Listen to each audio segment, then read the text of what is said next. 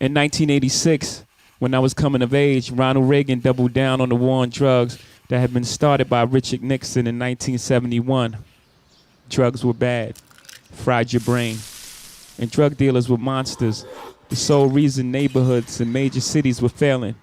No one wanted to talk about Reaganomics and the ending of social safety nets, the defunding of schools and the loss of jobs in cities across America. Young men like me who hustled became the sole villain, and drug addicts lacked moral fortitude. In the 1990s, incarceration rates in the U.S. blew up. Today, we imprison more people than any other country in the world. China, Russia, Iran, Cuba. All countries we consider autocratic and repressive. Yeah, more than them. Judges' hands were tied by tough on crime laws, and they were forced to hand out mandatory life sentences for simple possession and low-level drug sales. My home state of New York started this with Rockefeller laws.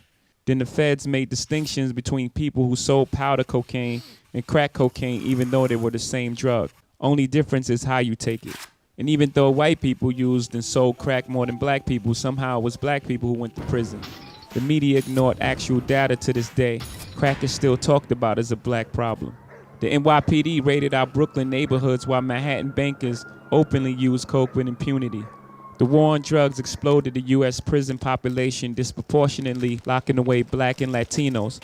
Our prison population grew more than 900%.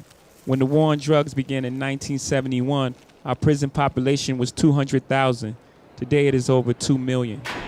Long after the crack era ended, we continued our war on drugs. There were more than 1.5 million drug arrests in 2014. More than 80% were for possession only. Almost half were for marijuana. People are finally talking about treating addiction to harder drugs as a health crisis, but there's no compassionate language about drug dealers. Unless, of course, we're talking about places like Colorado, whose state economy got a huge boost by the above-ground marijuana industry. A few states south in Louisiana, they're still handing out mandatory sentences for people who sell weed. Despite a booming and celebrated $50 billion legal marijuana industry, most states still disproportionately hand out mandatory sentences to black and Latinos with drug cases. If you're entrepreneurial and live in one of the many states that are passing legalized laws, you may still face barriers participating in the above-ground economy. Venture capitalists migrate to these states to open multi-billion-dollar operations, but former felons can't open a dispensary. Lots of times those felonies were drug charges, caught by poor people who sold drugs for a living, but are now prohibited from participating in one of the fastest growing economies. Got it? In states like New York, where holding marijuana is no longer grounds for arrest, police issue possession citations in black and Latino neighborhoods at a far higher rate than other neighborhoods. Kids in Crown Heights are constantly stopped and ticketed for trees.